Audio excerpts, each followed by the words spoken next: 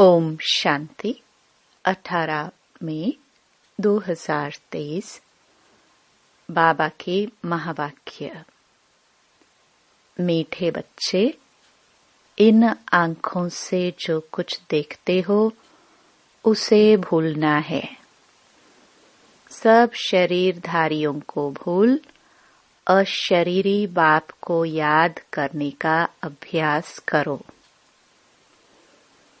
प्रश्न। तुम बच्चों का मुख ज्ञान से मीठा होता, भक्ति से नहीं, क्यों? उत्तर। क्योंकि भक्ति में भगवान को सर्वव्यापी कह दिया है। सर्वव्यापी कहने से बाप और वर्षे की बात खत्म हो गई है। इसलिए वहां मुख मीठा नहीं हो सकता। अभी तुम बच्चे प्यार से बाबा कहते हो तो वर्षा याद आ जाता है। इसलिए ज्ञान से मुख मीठा हो जाता। दूसरा, भक्ति में खिलौने से खेलते आए, परिचय ही नहीं था तो मुख मीठा कैसे हो? गीत। ओम नमो शिवाय।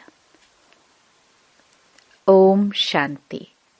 शिवाय नमः अथवा नमस्ते भी कहा जाता है। नमस्ते हमेशा बड़ों को की जाती है। मनुष्यों का बुद्धि योग पतित पावन बाप के साथ नहीं है। पतित को पावन बनाने वाला है ही एक। उनको कहा जाता है शिवाय नमः। यह भी बुद्धि में आता है कि शिव तो है निराकार। अगर शंकर को नमः करेंगे तो कहेंगे शंकर देवताय नमः। शिवाय नमः वह अलग हो गया। शंकर देवताय नमः वह अलग हो गया। ब्रह्मा देवताय नमः कहते हैं। ब्रह्मा तो है यहाँ। जब तक सूक्ष्म वतनवासी न बने तब तक उनको देवता कहा न जाए। यहाँ तो है प्रजापिता। जब तक यह प्रजापिता है, मनुष्य तन में है, तब तक इनको देवता कह नहीं सकते। देवता तो सूक्ष्म वतनवासियों को या तो जो नई दुनिया में रहते हैं उनको कहा जाता है। इससे सिद्ध होता है इस समय जबकि प्रजापिता है तो देवता नहीं कहेंगे। तुमको भी इस समय ब्राह्मण कहा जाता है, परंतु तुम दैवी बुद्धि अर्थात देवता बनने के लिए पुरुषार्थ कर रहे हो। देवताओं की तो महिमा है सर्वगुण संपन्न। ब्रह्मा विष्णु शंकर की यह महिमा नहीं है। महिमा मनुष्य मात्र की और देवताओं की अलग अलग होती है। प्रेसिडेंट है, उनका पाठ अपना, प्राइम मिनिस्टर का पाठ अपना है। ड्रामा में पाठ तो अलग अलग होगा ना। तो जब शिवाय नमः कहते हैं तो शिव बाबा ही है। ब्रह्मा देवताय नमः, विष्णु देवताय नमः अलग है। शिव बाबा को ऐसे नहीं कहेंगे। उनको कहेंगे परमपिता परमात्मा शिव, क्योंकि शिव और सालिग्राम हैं। वह छोटे छोटे दिखाते हैं, वह बड़ा है। बाबा ने समझाया है कोई भी छोटे बड़े नहीं होते हैं। उनको कहा जाता है परमपिता परमात्मा, गॉड फादर। यह क्यों कहते हैं? आत्मा सालिग्राम शिव को बाबा कहती है तो जरूर बाप से वर्षा मिलना चाहिए, क्योंकि वह है स्वर्ग का रचयिता। जरूर आदि सनातन देवी देवता धर्म की रचना परमपिता परमात्मा ने की होगी और कोई कर ना सके। उस बाप को सर्वव्यापी कहने से वर्षे का नाम निशान गुम हो जाता है। जैसे कहते हैं कि गॉड इज ओमनी प्रेजेंट, हाजिरा हजूर है। कसम भी जो उठाते हैं वह झूठा। कहते हैं ईश्वर बाप को हाजिर नाजिर जान, बाप को जानते नहीं। तुम बच्चे जानते हो अभी ईश्वर हाजिर है, बरोबर वह सुप्रीम सोल है। उनकी महिमा सबसे न्यारी है। एक तो निराकार है, उसका नाम शिव है। उसका जिस्मानी नाम कभी पड़ता नहीं है। बाकी सभी के नाम होते हैं जिस्म के। जन्म बाय जन्म शरीर के नाम बदलते रहते हैं। बाकी आत्मा आत्मा ही है। मनुष्य का नाम बदलता है। कहेंगे फलाने का पित्र अथवा श्राद्ध खिलाते हैं तो वह याद आता है।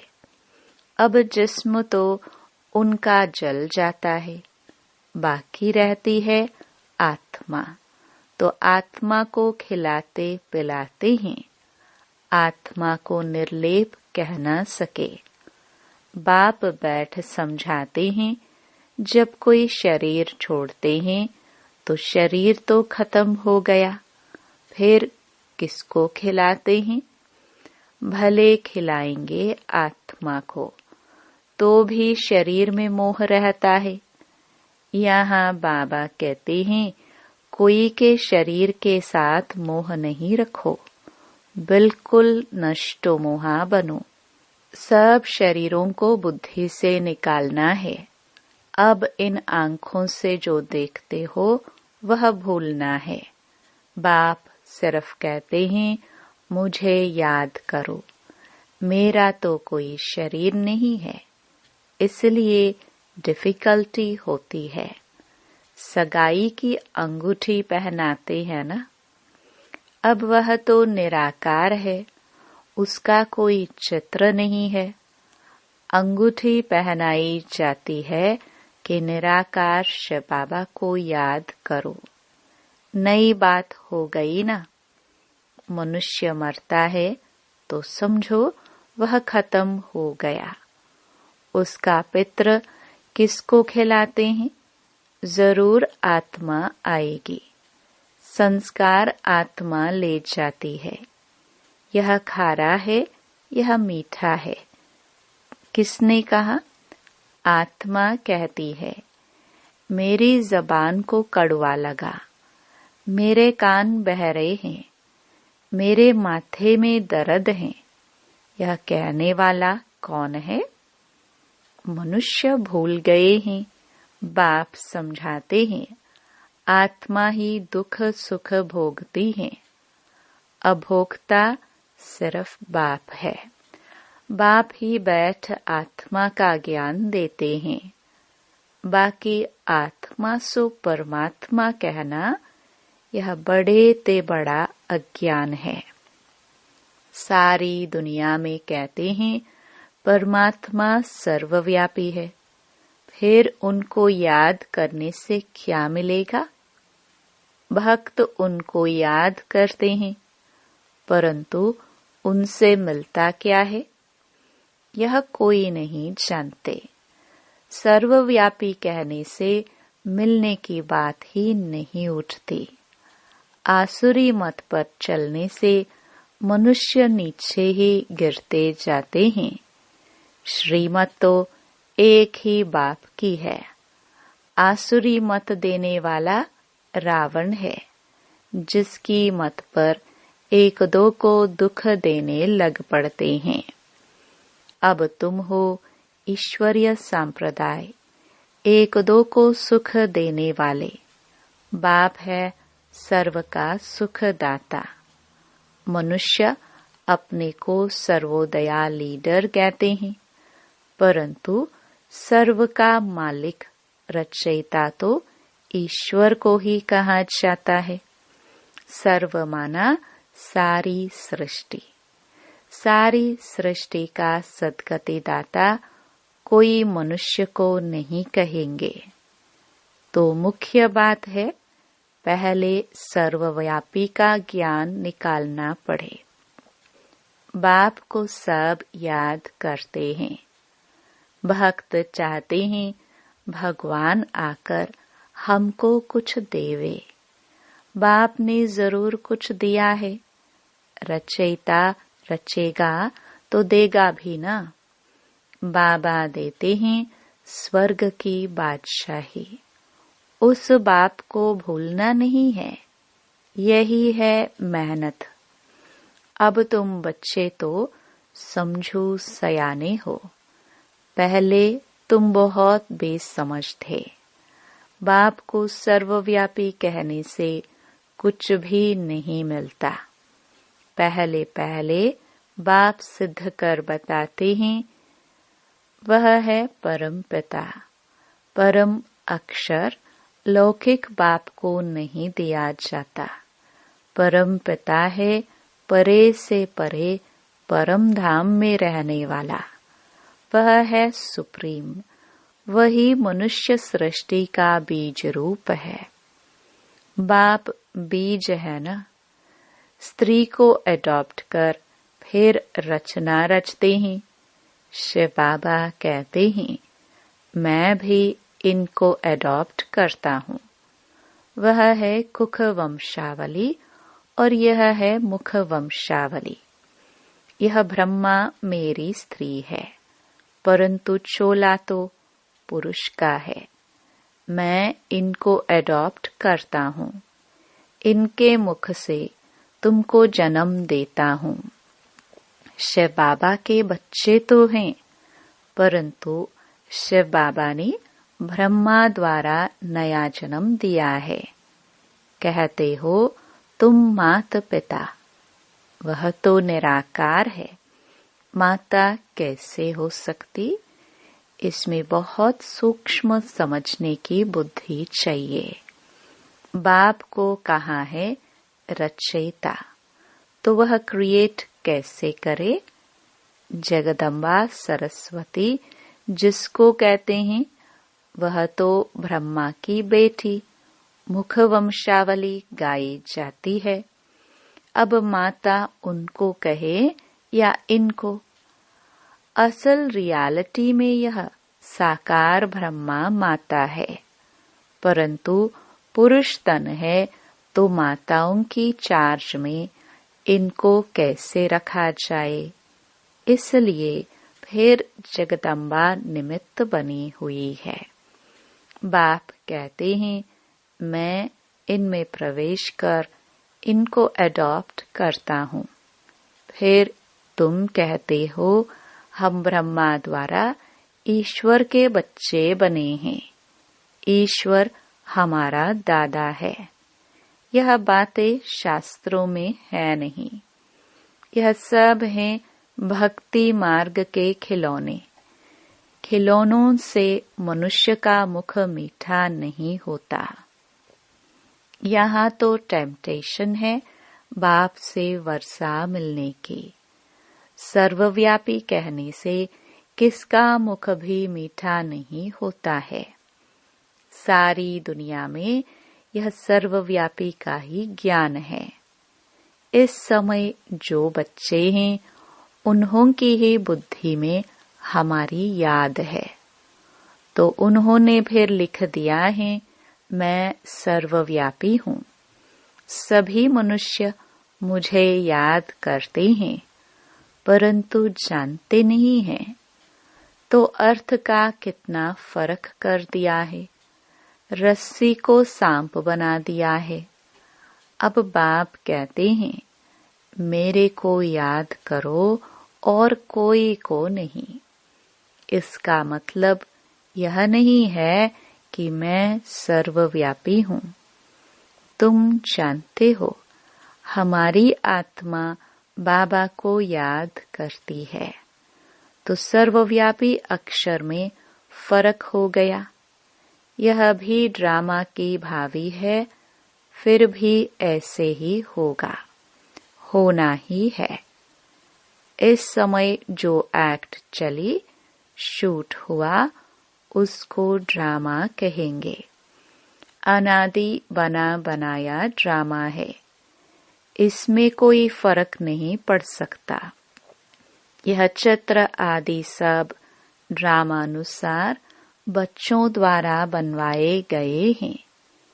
यह खुद कहते हैं, मैं कुछ नहीं जानता था। अब बाप ने दिव्य दृष्टि दी है। दिव्य दृष्टि दाता तो वह है ना। नए नए चित्र बनवाते रहते हैं। एक बार बनाया, फिर पॉइंट निकलती है तो करेक्ट करना पड़ता है। ब्रह्मा के आगे प्रजापिता अक्षर जरूर लिखना पड़े, नहीं तो मनुष्य समझते नहीं। कहते हैं ब्रह्मा मुख वंशावली तो औलाद हुए ना। ब्रह्मा की औलाद तो ब्राह्मण हुए ना। तुम बच्चे जानते हो, प्रैक्टिकल में हम ब्रह्मा की औलाद शिव के पोत्रे हैं। पहली पहली बात है ही बाप और वर्षे की, जिससे मुख भी मीठा हो। बाप स्वर्ग का रचयिता है तो जरूर वर्षा मिलना चाहिए। कोई नहीं लेते हैं तो समझो हमारे दैवी धर्म के नहीं हैं। आकर समझेंगे वही जो देवी देवता पद पाने वाले होंगे। मुख्य बात है पवित्रता की। पवित्र रहने बगैर रक्षा बंधन हो न सके। बाप से प्रतिज्ञा करते हैं, बाबा हम पवित्र जरूर बनेंगे। पवित्र बनने के बगैर आपके पास कैसे आ सकेंगे। जरूर श्रीमत पर ही श्रेष्ठ बनेंगे। सतयुग में तो नहीं बनेंगे, जरूर कलयुग में बने होंगे। कलयुग अंत सतयुग आदि का संगम होगा, अर्थात संगम पर ही बाप आकर बच्चों को स्वर्ग का वर्षा देते हैं। भारत का नाम बहुत बाला है। भारत ही सचखंड और झूठ खंड बनता है। और खंड गोल्डन एज में नहीं होंगे। दूसरे सभी खंड विनाशी हैं। यह है अविनाशी खंड, क्योंकि अविनाशी बाबा फिर से आए हैं। धर्म स्थापना की एक्टिविटी जो हुई है, कल्प बाद फिर वही चलेगी। बाप कितना वर्षा देते हैं। मोस्ट बिलवड बाप है।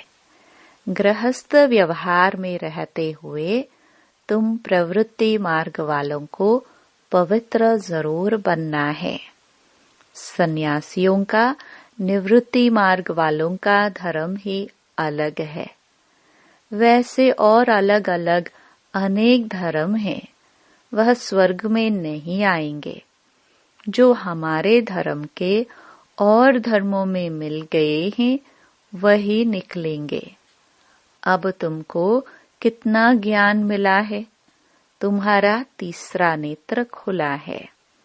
त्रिकालदर्शी तुम बन रहे हो। सिवाय तुम ब्राह्मणों के और कोई भी मनुष्य मात्र त्रिकालदर्शी नहीं होते। देवताएं भी त्रिकालदर्शी नहीं हैं। बाप कहते हैं, तुमको तीसरा नेत्र दे सज्जा बनाता हूँ। तुम बच्चे जानते हो, हमारा अब तीसरा नेत्र खुल रहा है। जैसे बाप में सारे सृष्टि के आदि मध्य अंत का ज्ञान है, वैसे हम जो उनके बच्चे हैं, हमको भी बाबा द्वारा ज्ञान मिला है।